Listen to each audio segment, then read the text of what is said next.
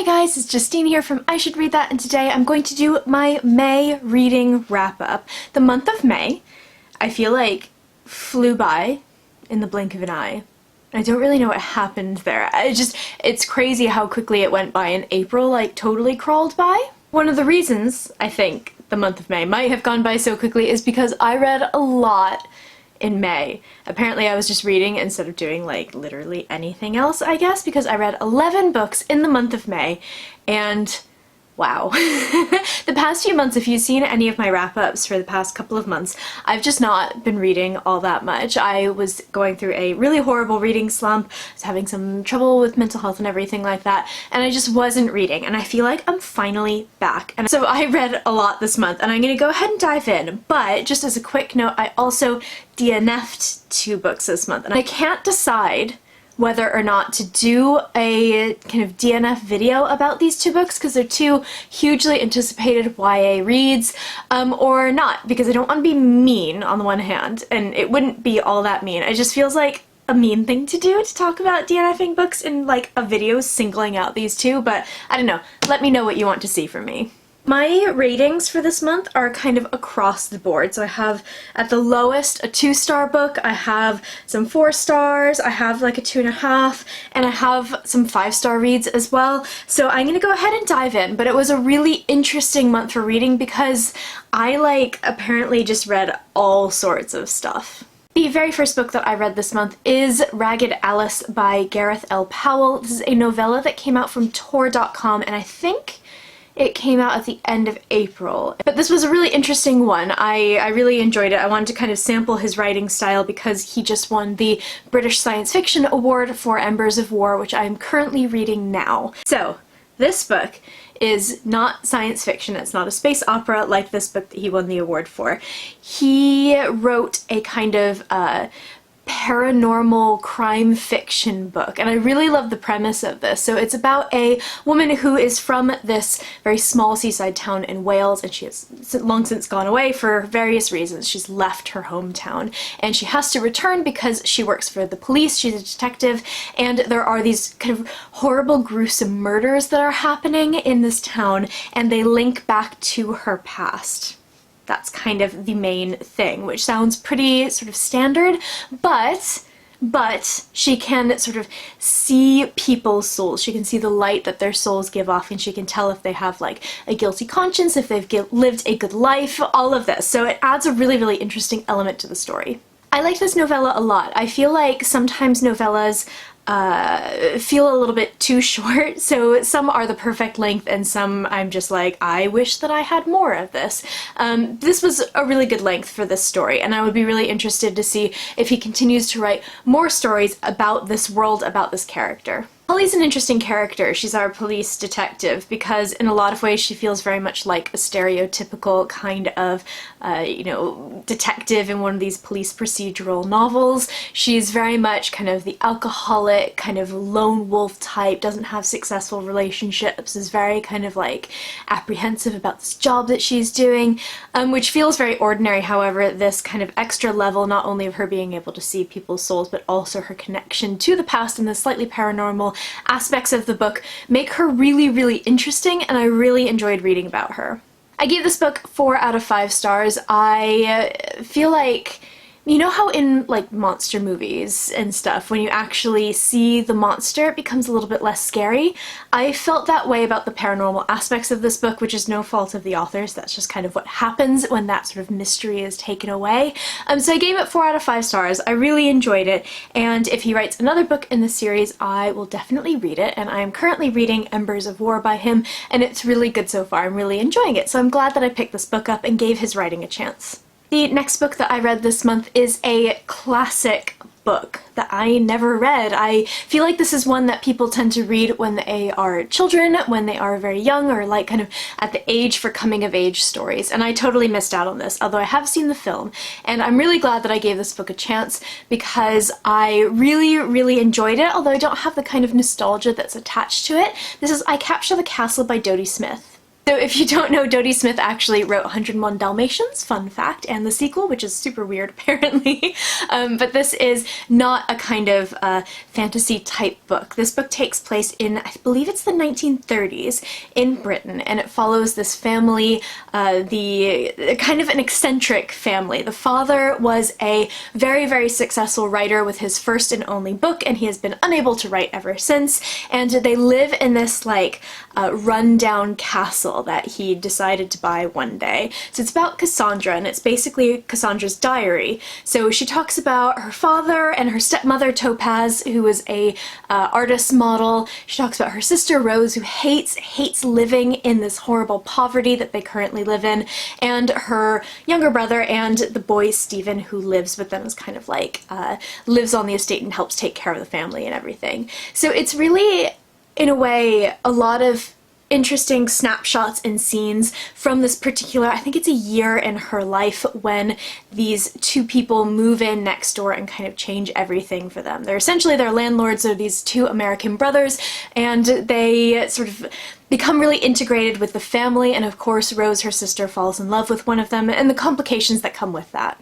I feel like I did a really bad job of explaining like a classic book, but that's okay.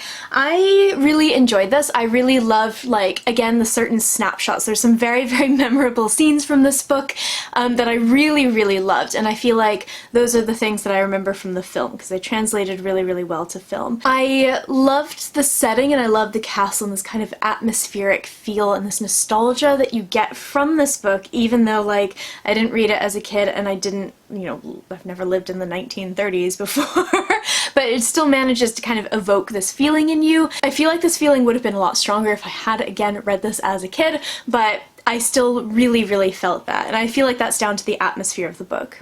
I really liked the characters, although I feel like everyone is a terrible, terrible person, which is kind of half the fun. And I really liked Cassandra as a narrator, and it's told in, you know, first person in her voice because it is her diary. I did get a little bit frustrated with her at some point because, she's 17, so like she's gonna act like a silly teenager, but there are points where I was just like, get a grip on yourself. And like toward kind of the last third of the book, I got really, really tired of her and kind of her voice and everything. So I ended up giving this 4 out of 5 stars. Again, I feel like if I had read it when I was younger, it would probably have a stronger impression on me. It might be a 5-star read if I read it when I was like 15 or so, but it was a really fun read. It was really fast, and this is a long book. This book is like 500 pages, 565 pages long, so it absolutely flies by, and I really appreciated that, but I feel like the thing that I enjoyed the most were these individual moments. Next up, I wanted something nice and quick to read, and I have the perfect solution waiting for me. I actually am borrowing this book from a friend, and I'm so, so happy I got the chance to read it because I don't often read graphic novels because I don't buy them and I don't get them from the library very often. I feel like I power through them really quickly, don't necessarily pick up a lot of story and characterization, but this is one of the few exceptions. I really, really enjoyed The Prince and the Dressmaker, and this is by Jen Wang. This book takes place in Paris at some point in the past. I think it's probably about 18th century Paris, 17th or 18th century Paris, and it follows a girl named Frances, and Frances is a dressmaker, and she one day makes a fabulous, kind of very daring gown for a client, which is not, you know, it goes against everything that is currently fashionable, and she's really worried for her job, and she finds out that she's actually been hired by the royal family to be the seamstress for Prince Sebastian. As she gets to know Prince Sebastian, she finds out that he has a secret. So by night, he dons dresses and wigs and dresses completely as a woman and is known as Lady Crystalia, who's this like daring fashion icon. So she begins making dresses for Lady Crystalia, and this kind of relationship between the two grows. And it's like, it's so sweet. This book is basically like, I was just like crying rainbows when I was reading this. It's super fast, it's super quick, and it's a graphic novel. And it's got these lovely illustrations, and it's got beautiful artwork, and I just really love this so much. It was so incredibly sweet without being like sickly sweet, and it also had such a wonderful, wonderful message behind it. So like, I couldn't recommend this more highly. If you're interested in graphic novels, if you're interested in stories that have LGBTQ themes, this is just like, It's so sweet. I gave this 5 out of 5 stars. I really, really enjoyed this one, and I know that she's written other graphic novels, so I'm definitely going to try to pick them up. I just really, you can probably tell I really enjoyed this. The next book that I have to show you was featured in my exciting new releases video that I did a couple of weeks back. There are actually 2 books that are in this wrap-up that are in that video, so go ahead and check that out. I'll link it down below. But this is one that I was really excited for. It's a novella by one of my favorite science fiction authors, and I was really curious to see how this book would kind of stack up against his other science fiction that I've read and really enjoyed. So this is Walking to Aldebaran by Adrian Tchaikovsky. I feel like this novella is really interesting because it showcases the things that he does really, really well as a writer in 140 pages. So if you're interested in trying his books, especially if you want to try his science fiction, I would highly recommend picking this up because I feel like you'll get a sense of whether or not you're going to like his writing style from this pretty easily.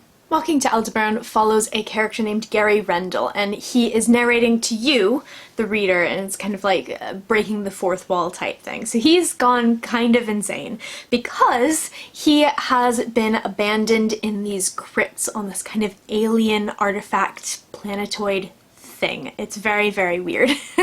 But he is walking through and he is trying desperately to find his way back to his fellow astronauts and find his way back to Earth. But along the way there are many pitfalls. Literally, like, gravity will change randomly, the atmosphere will change randomly, and there are kind of beasts and creatures lurking in the darkness. And it's really, really interesting. It is very funny, and it is super, super, super dark. So it's a really interesting way to show off that he is an extremely funny writer, and he does have these moments of having very funny lines and everything, but ultimately this book is really dark. Really, really, really dark. It's kind of like if Mark Watney from The Martian had no hope of survival, but was also slowly going insane at the same time. And it was a lot bleaker. Like a lot bleaker, kind of like that. I don't want to say too much about this because I feel like I mean, it's short, it's a very short book, and I don't really want to give anything away, and I think that the kind of twists and turns and things that are revealed throughout the book are really, really well worth it. So I gave this 4 out of 5 stars. I really enjoyed it, and it was a good holdover for my next book. And of course that book is Children of Ruin by Adrian Tchaikovsky. So I was waiting and waiting and waiting for this book to come out because I love Children of Time, as you guys probably know, because I scream about it a lot.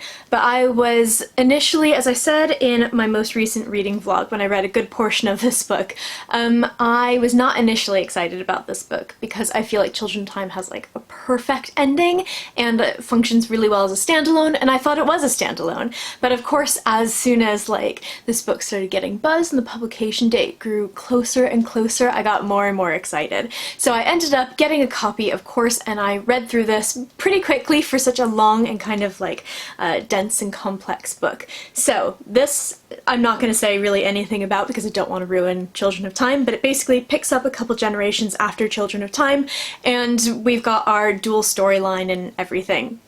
It'd be super vague. A lot of the stuff that I really loved from Children of Time was in fact in Children of Ruin, which was my main sort of thing that I was really worried about, because I love the whole building of a civilization and these species evolving in such a really fascinating and intricate way, and I feel like, although it's not exactly the same, we got a lot of that similar kind of feeling in this book, and I loved that so much. I gave this 5 out of 5 stars. If you haven't read it yet, do it. If you haven't read Children of Time yet, turn this video off and just do that now. This is my favorite book of the month. Another book that I read in the month of May was Sabriel by Garth Nix, and I had never read this book before. I'd actually never read anything by him before, and I have always been interested, and it was kind of low on my list of priorities. I actually did the audiobook for this because my friend Judith recommended that I listen to the audiobook because it is the old Tim Curry narration that's available on Audible. It's very clearly an older recording, like a books on tape type recording, because it has that kind of like sound quality to it, but it was still amazing. And I'm really happy that they didn't like redo it in like a new version for like Audible or something like that. It was so good, and I really, really enjoyed it. If If you don't know what this book is about, it is a sort of classic YA coming-of-age fantasy, sort of before YA was what it is today. And it follows a girl named Sabriel, and she is the daughter of the Abhorsen. And the Abhorsen is a wizard who is like a necromancer, and instead of bringing things back to life, rising from the dead, he puts things to rest instead. One day she gets a message that her father is in danger, and she sets out from sort of the equivalent of kind of our world across into the old magic kingdom, and she has to find her father. And like, I loved this book so much. It was so brilliantly done. And because it's a little bit of an older book, I think it's from the 90s, maybe late 80s or early 90s, I was very concerned that she wasn't going to be kind of the fully fleshed out heroine that we see so often today, and she totally was. And I can see a lot of writers getting inspiration from her because she is an amazing character. The world building in this book is wonderful. It has like, it has the kind of feeling of a fairy tale almost. It has like super classic fantasy feel to it. And this might be in part because the audiobook has that kind of like older feeling to it, but it was just wonderful. I loved the world, and I like cannot wait to get more of it. Sabriel is obviously an amazing character, and I really like Touchstone, who is a character who kind of joins her along the way, but the best character, and the reason that you should listen to the audiobook, is Mogget.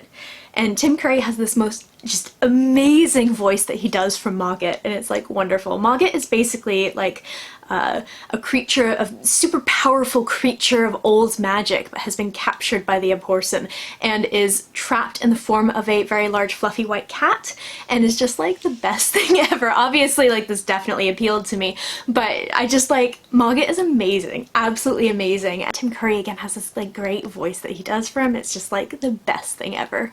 This audiobook really feels like Tim Curry is reading you a bedtime story, kind of a dark bedtime story, but I feel like that's what you would expect from Tim Curry.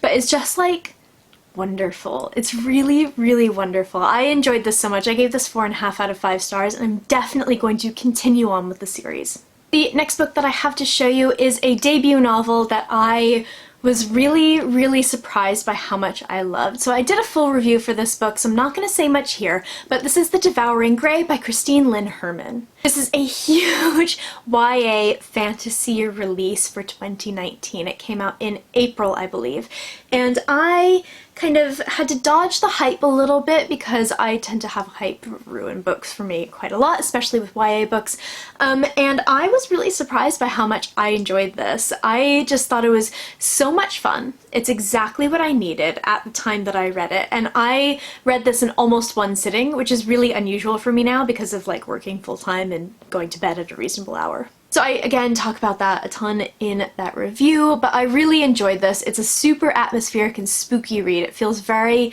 sort of reminiscent of Stranger Things and also Sawkill Girls, which is a book that I really enjoyed last year.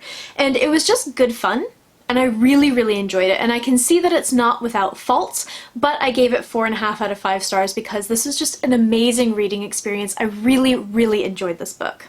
The next book that I have to show you is kind of a 2-for-1. This is 2 novellas that were together in the same audiobook, and I was really pleasantly surprised by the fact that it was 2 because I thought it was just 1 book that I was getting. This is Spellswept and Snowspelled by Stephanie Burgess. I picked up the audiobook for this because I've not only been wanting to read these books for a while because I've heard they're super charming, they're like historical sort of Regency fantasy, and they sounded delightful, but also Emma Newman, who is one of my favorite authors, is the narrator for the audiobooks, and the audiobooks just came out. So Spellswept is sort of the precursor novella. It's about like 70 pages or so, I think, and it takes place before Snowspelled, and I was really glad to have Spellswept there because I feel like I got a lot more context for the main book. So Spellswept is about a girl named Amy, and she's kind of this up-and-coming political protege to a very powerful politician. And in this version of England, called England, women are the politicians and men deal with kind of the more emotional side of things. They're the ones who do magic. Women don't do magic, they kind of run the country. Amy has this really bright future ahead of her in terms of becoming a politician, and she needs to marry a man who is a great magician, because it's going to solidify her political alliances and like all of this stuff. So she is going to announce her engagement to this particular man on the night that this book takes place. However, she is in love with another man who happens to be the son of the woman who has taken her under her wing. And it's all about this one particular night, and sort of you learn a lot about the world, and you learn a lot about Amy, and you learn a lot about Cassandra, who is the character in the sort of main book in Spellswept. And it's just a wonderful introduction to this world, and I would super highly recommend it, and I would highly recommend reading it before you read Spellswept. So, Spellswept follows Cassandra, who is the little sister of Jonathan, who's the man that Amy ends up marrying. Spoiler alert, it's not a huge surprise, it's a romance. And she is a brilliant young woman, and she's kind of shaken things up in this world, and I won't say how. I feel like I can't really talk about Spellswept without giving away stuff from Spellswept, so you can go ahead and check out the description down below. Super highly recommend it if you are interested in fantasy, if you're interested in Regency, sort of England, and if you're interested in romance, because they're very, very sweet, very, very sweet books, and they have wonderful romances, they have wonderful characters. I really loved Amy, who I think was my favorite overall, and I really loved Cassandra, who is the main character from Spellswept, and they're just like wonderful. They're just really wonderful books. The audiobook's really short, and Emma Newman does this amazing narration where I feel like she really captures kind of the feeling and vibe of this world and this period in time and in their history, and it's just really good. I gave these, I believe, 4.5 and 4 stars. The next book that I have to show you is actually the 2-star read of the month, and I'm really sad about this because I read the author's sort of major hit book and loved it at the end of last year. I thought it was so good, and I had really high hopes for this that just didn't pan out. This is 9 Perfect Strangers by Liane Moriarty. Liane Moriarty wrote Big Little Lies, which is like a huge book and has been turned into a TV show with like Reese Witherspoon and Nicole Kidman, and like it was a huge hit, and I really enjoyed that book for a number of reasons. One of them being that it flips a lot of your expectations on their heads, so you have these characters who are kind of these larger than life, should probably really annoy you, but end up being so wonderful and defy the stereotypes that you would initially, imagine they would fall into, and like are so lovable. I also really loved the structure of the story. It's a murder mystery essentially. You don't know who's been murdered and you don't know who did it. You kind of work backwards in time, and I love the way that was plotted. I thought it was really clever. I thought that it was really well done, so I was expecting something similar with this book, and that's not what I got from this book. 9 Perfect Strangers follows 9 characters who all sort of go to this very luxury, fancy health resort called Tranquillum House, and they're all there for various reasons. So they're there, and they're gonna do this like 10-day program thing. And obviously something kind of weird is going on in the background. So, I feel like this book started out really strong, and it just didn't go anywhere. There are a couple of parts at the beginning that are really good and are done really well. So for example, there's a part where a character named Frances is, having her like emergency massage that she must have for relaxation as soon as she comes into Tranquillum House. And she has this kind of conversation with the masseuse, and it's a really eerie kind of conversation. She's obviously meant to like be reading between the lines and everything, but she's just not quite getting what's going on, and it's sort of this moment of being like, okay, something interesting is happening here. And that's like 100 pages in, and this book is how long? This book is like 450 pages. Nothing happens, and like things, okay, so that's not fair. Things happen, but there's no point to them. It's really hard to talk about this book without spoilers because a lot of my grievances with the book come in the last half of the book. We get this kind of twist that happens in the middle that's like the worst twist ever, that's super lame. And then nothing ever comes of it. And it's just like, the whole book feels so pointless. And like, you don't get to know the characters at all because there are 9 people and 3 sort of members of staff, and you get almost every single point of view for some length of time. And Frances, who is the character who we spend the most time with, is like the redeeming quality of this book because I really liked her as a character, but that's possibly because she's the only one that we got to know, which is such a shame because everyone else had such potential to be really interesting, and again, people fell into these stereotypes, and I was hoping that she would do something interesting with that, but instead what we got was basically women are all concerned about their weight and their appearance, and they'll fuck up their faces with plastic surgery, and how stupid are they, how ugly are they, you know, women who read romance novels are gross. Like, it's just bizarre. I feel like reading it, I was waiting for the moment when all of these things would kind of be flipped on their heads,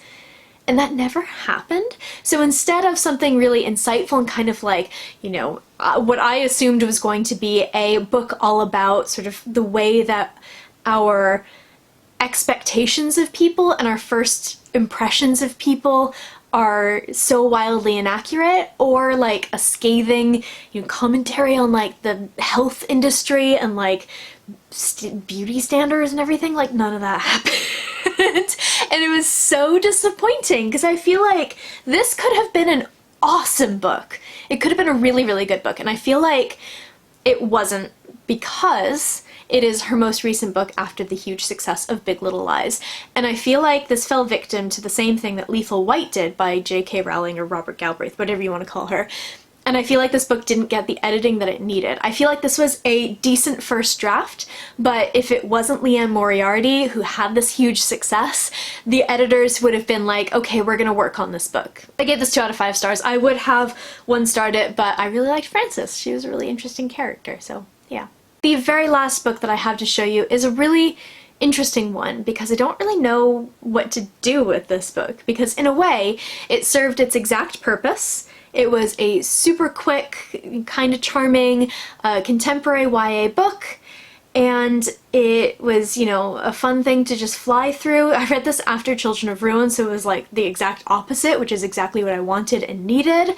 But I feel like it could have been so much more. I feel like this book had the potential to do more and to be more, and it could have been so much better, but at the same time it was exactly what it needed to be. I don't really know. This is Royals by Rachel Hawkins. This book has been rebranded as Prince Charming, I think, and it's got a whole new cover. This is the original cover, which is kind of sort of, I don't know, like 90s bling Princess Diaries kind of thing. But it's a really interesting one because I feel like it's the sort of Princess Diaries, like sassy girl going and like, you know, kicking down tradition and the establishment and royalty, sort of like, it had very like strong, what's that Amanda Bynes movie? What a Girl Wants vibes. It was like the Princess Diaries meets What a Girl Wants, which sounds awesome. It sounds like something I would love, but this just didn't quite hit the mark in a number of ways. This book follows a girl named Daisy. Now Daisy is a very sort of average teenager. I think she's 16 in this book, and she's very kind of quirky and like does her own thing and all of that, which is great. But her sister Eleanor is now engaged to the Prince of Scotland, which makes me laugh because there's no such thing as Prince of Scotland, and she is going to be pulled into this sort of royal lifestyle so that she can go to her sister's wedding and, you know, make a good impression and everything. But of course Daisy is quirky and all of that, so nothing goes quite according to plan, and she meets a boy who is a member of the aristocracy as well, and he kind of like is sort of guiding her and showing her how to act and how not to act and all of that.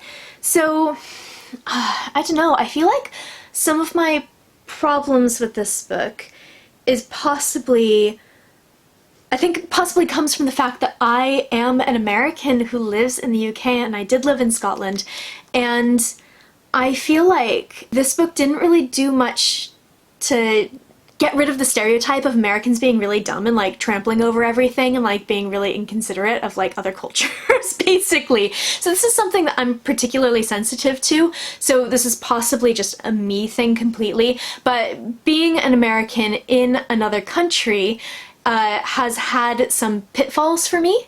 And they usually revolve around that kind of Americans are really dumb and have no respect for other cultures and stuff like that. And people being like, I was once told that I seemed really smart for an American. I was just like, what the fuck is wrong with you? So I feel like I was particularly sensitive to that. I feel like Daisy had no respect for anyone or anything that was happening. And fair enough, she's 16. Like, no one has any respect for anything when they're 16. That rubbed me the wrong way so much. I just didn't enjoy her, like, sassing about like, kilts and stuff. It just felt, all of it felt so weirdly disrespectful. And again, this is probably just my own hang-up, but like, I really, really didn't enjoy that. I also really didn't like Daisy, just kind of in general. She was very much like, I'm so cute and quirky, watch me be sassy. I'm tripping over my own feet because I'm so clumsy, tee-hee. Just like, she was just not kind of my kind of person. This is probably, again, because I'm an older person, I'm not a teenager. I was much more interested in Eleanor's side of things, and we didn't see what Eleanor was going through, and she's the one who's marrying the prince. She's the one who has to deal with all of these snooty royals and everything like that, and I wanted to see more from her and less from Daisy, which is probably part of the problem. But I also wanted to see more about the relationship between the two sisters because they are so different, and I love books that have sister relationships in them, and I was waiting for them to kind of like have this moment of kind of coming together and understanding each other, and I feel like we were kind of robbed of that.